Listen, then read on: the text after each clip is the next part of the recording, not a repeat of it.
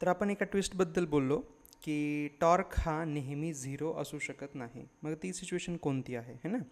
त्यासाठी मी एक डायग्राम इथं काढलेली आहे बघा.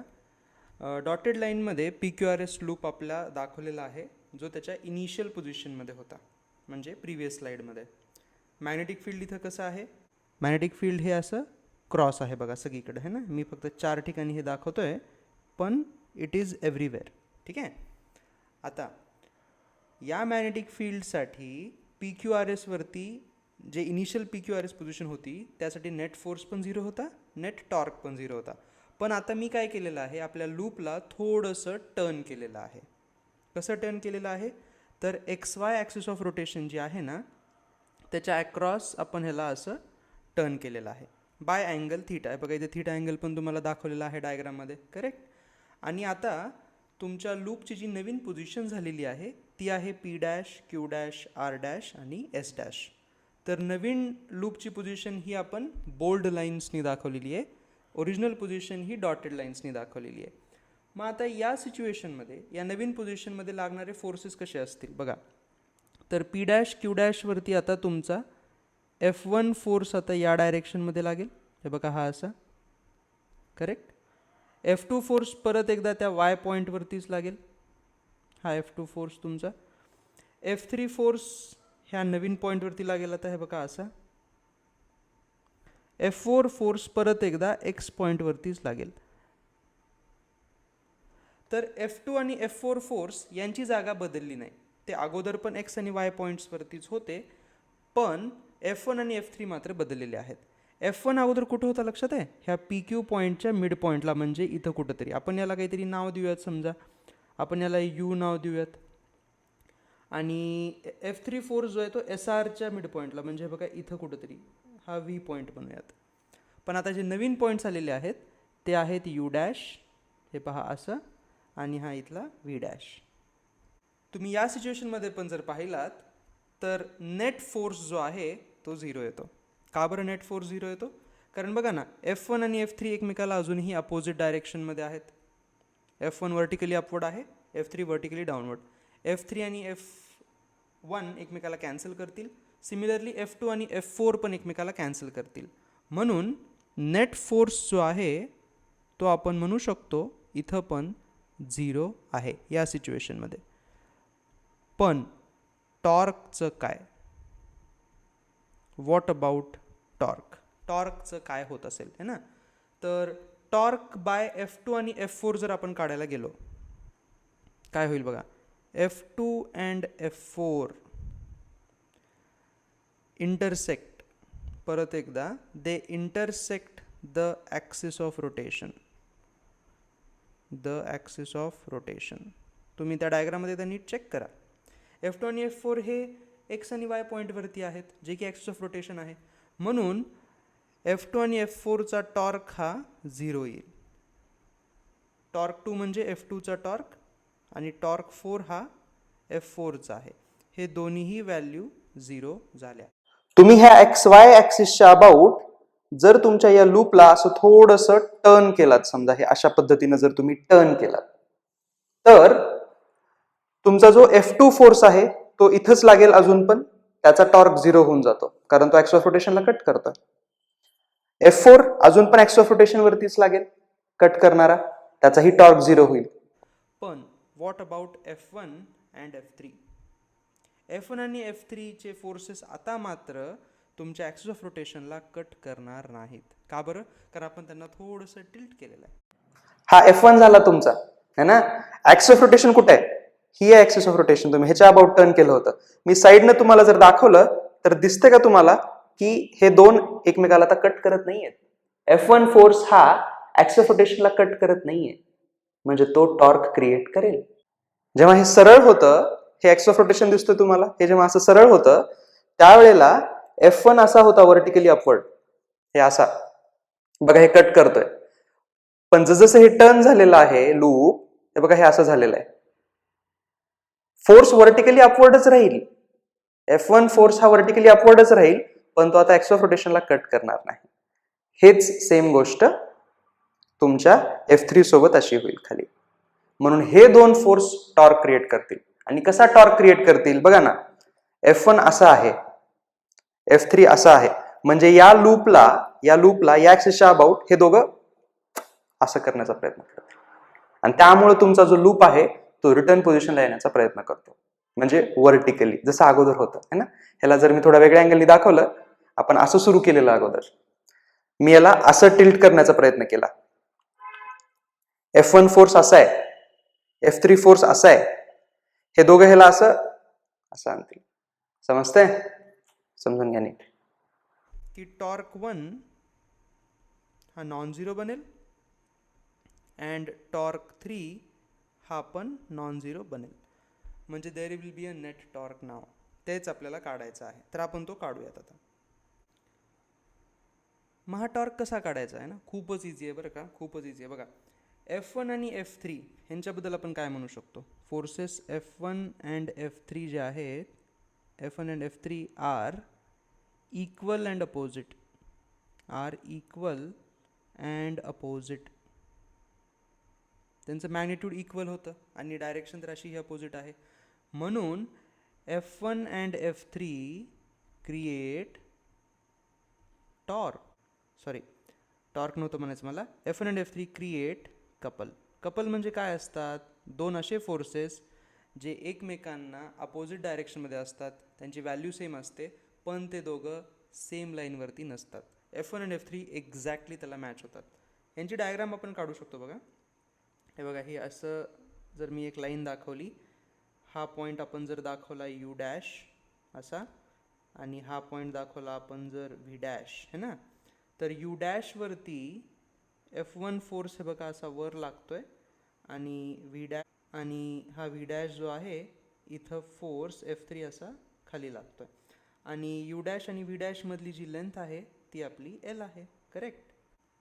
अशा केसेसमध्ये जेव्हा तुम्हाला माहिती आहे की दोन फोर्सेस हे कपल आहेत, त्यावेळेला टॉर्क बाय कपल जो असतो,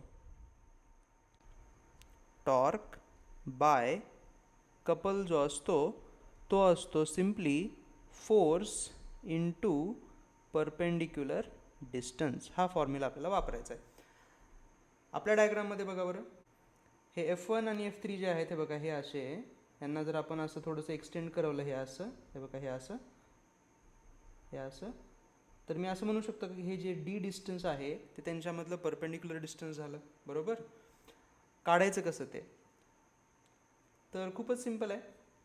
तुमच्या वर्टिकल सोबत हा जो अँगल बनवला गेला आहे तुमच्या त्या लाईननी, लेंथ एलनी, तो अँगल थीटा दिला गेलेला आहे. तुम्ही तो वरच्या डायग्राममध्ये बघू शकता.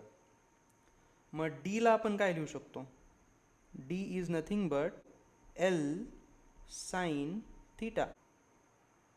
परपेंडिक्युलर डिस्टन्स आपल्याला मिळालं, D equal to L sine theta.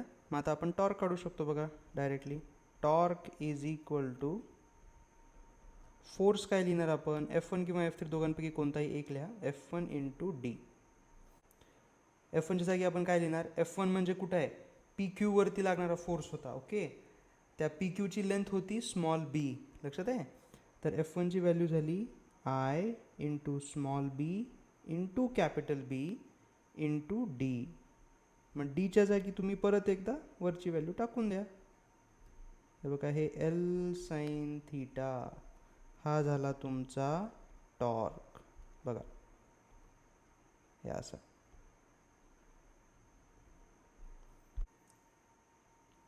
आपल्या या टॉर्कच्या इक्वेशनमध्ये तुम्ही नीट बघितलात, हे बघा, हे बी आणि एल यांचं मल्टिप्लिकेशन झालेलं आहे. बी काय होती, एक साईड, आणि एल म्हणजे दुसरी साईड.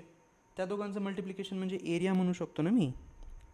म्हणजे मला इथं टॉर्कचं अजून एक चांगलं इक्वेशन लिहिता येतं. बघा, torque is equal to current into area into B field into sine theta. मला असं एक इक्वेशन देता येईल. बरोबर. IAB साइन थीटा हे आपलं इक्वेशन बनतं. यामध्ये ए इज युअर एरिया, ए आहे एरिया ऑफ लूप, बी काय आहे तुमचा मॅग्नेटिक फील्ड,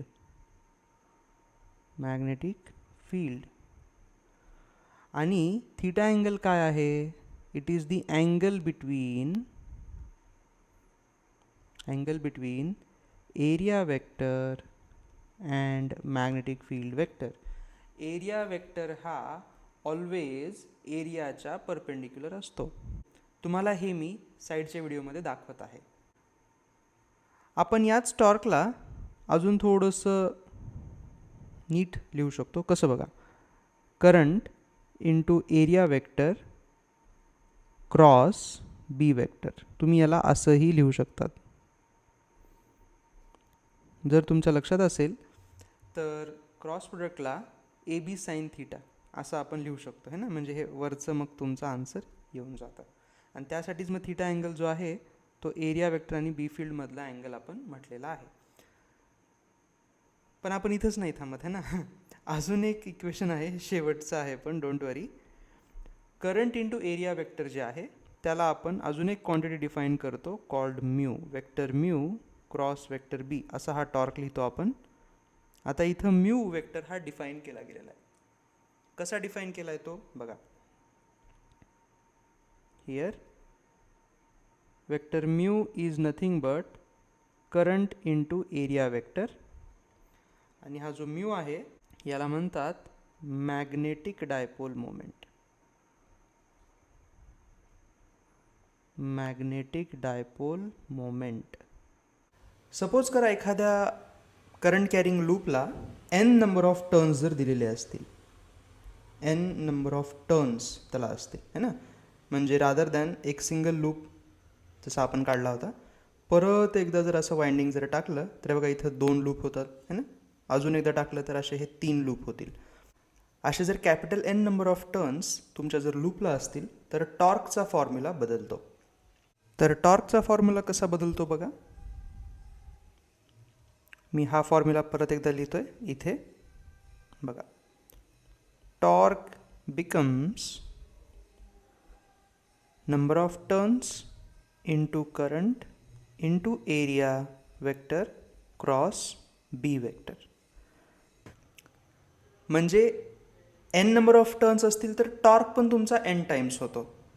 ओके, असं होण्याचं कारण काय आहे. नंबर ऑफ टर्न्स वाढल्यानंतर टॉर्क वाढण्याचं कारण काय आहे. तर जितके नंबर ऑफ टर्न्स वाढतील तितका तुमचा फोर्स वाढेल, करेक्ट. आणि फोर्स वाढला की इफेक्टिव्हली तुमचा टॉर्क वाढेल. आणि अजून एक दुसरी गोष्ट होते ती म्हणजे या मॅग्नेटिक मोमेंटसोबत. मॅग्नेटिक मोमेंट काय होता, आय इंटू एरिया. जर तुमच्याकडे एन नंबर ऑफ टर्न्स असतील तर मॅग्नेटिक मोमेंट होतो N number of turns into current into area vector. हे बघा, हा पण फॉर्म्युला महत्त्वाचा आहे.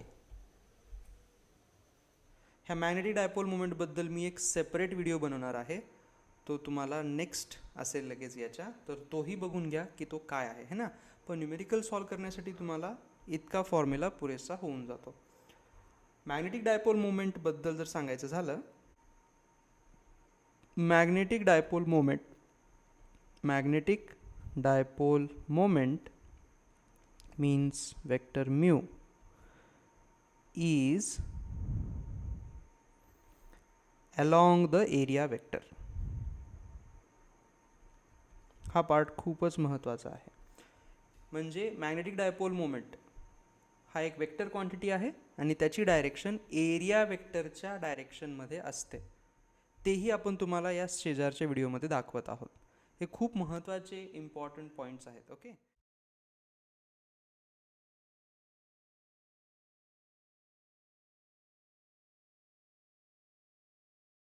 मॅग्नेटिक मोमेंटची तुम्ही आता कॉन्सेप्ट बघितली. म्यू फॉर्म्युला काय होता म्यूचा,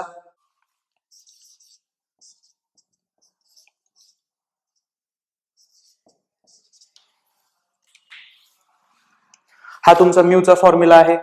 number of turns into current into area vector. आता बघा, ह्याच एक्झाम्पल मध्ये मी तुम्हाला म्यू शोधून दाखवणार आहे. प्लीज प्लीज स्वतः करून बघा, त्याशिवाय नाही करणार. ओके, तर हे तुमचं लूप आहे, है ना. एखाद्या दिलेल्या सरफेस साठी एरिया वेक्टर कुठं असतो, तर एरिया वेक्टर हा त्याला परपेंडिक्युलर असतो. आता हा सरफेस आहे, याला 2 बाजू आहेत, एक तुमच्याकडे एक माझ्याकडे. तर हे बघा, हा याचा एरिया वेक्टर म्हणू शकतो मी, किंवा हा पण म्हणू शकतोय बघा इकडं माझ्याकडं. थोडं साईडने जर दाखवलं तर नीट समजेल. हा पण याचा एरिया वेक्टर आहे तिकडच्या साईडला, तुमच्या लेफ्ट साईडला, आणि हा पण त्याचा एरिया वेक्टर आहे तुमच्या राईट साईडला. बोथ आर एरिया वेक्टर आणि हे व्हॅलिड आन्सर आहेत. ह्या सरफेस एरियासाठी 2 एरिया वेक्टर मला सांगता येतात, त्यापैकी फक्त एक घ्यायचा असतो. It could be here or here, both are possible. कोणता घ्यायचा आपल्यावर डिपेंड करत असतं. आता आपल्यावर डिपेंड करतं म्हणजे त्या फॉर्म्युल्यावरती बघा, मॅग्नेटिक मोमेंट एरिया वेक्टरच्या डायरेक्शन मध्ये आहे, पण एरिया वेक्टर हे पण असू शकतो हे पण असू शकतो म्हणलं ना आपण. पण तिथे एक मेथड आहे, इझी वाली मेथड आहे. राईट हँड थंब रूलच वापरायचा आहे, पण थोडासा ट्विस्ट करून. कसा बघा, करंट बघा जाताना कसा आहे. करंट क्लॉकवाईज आहे. तुमचा राईट हँड घ्या, राईट हँड, आणि त्याला करंटच्या डायरेक्शन मध्ये तुमचे हे फिंगर्स जे आहेत ना, कर्ल होणारे फिंगर्स, थंब सोडून ते कर्ल करण्याचा प्रयत्न करा, म्हणजे टर्न करण्याचा प्रयत्न करा. हे बघा, हे असंच टर्न करावं लागेल ना मला. माझा हात असा ठेवून, हे क्लॉकवाईज दिसतंय तुम्हाला माझा हात. तर हे थंब बघा तुमच्यापासून लांब येतोय किंवा बोर्डकडे येतोय म्हणू शकतो मी. हा थंब आहे ना, हा इकडे येतोय. हे बघा, ह्याला मी असं केलं परत एकदा, हा थंब इकडे आला. तर एरिया वेक्टर या लूपसाठी इकडे घ्यावा लागेल फिक्स, आणि मॅग्नेटिक मोमेंट पण मग इकडे. समजतंय? आता याला जर मी थोडस असं दाखवलं साईडनी, तर बघा हे झालं असं कर्लिंग, हे झाला एरिया वेक्टर इकडं, आणि याच डायरेक्शन मध्ये मॅग्नेटिक मोमेंट आला म्हणजे इकडं. कळतंय? आणि हे जर अँटी क्लॉकवाईज झालं असतं तर आपण याला असं केलं असतं, हे आलं असतं एरिया वेक्टर आणि इकडंच मॅग्नेटिक मोमेंट आली असती. तर हे नीट समजून घ्या. आपण याच्यावरचे न्यूमेरिकल्स नेक्स्ट लेक्चरमध्ये पाहणारच आहोत. तोही व्हिडिओ जरूर बघा.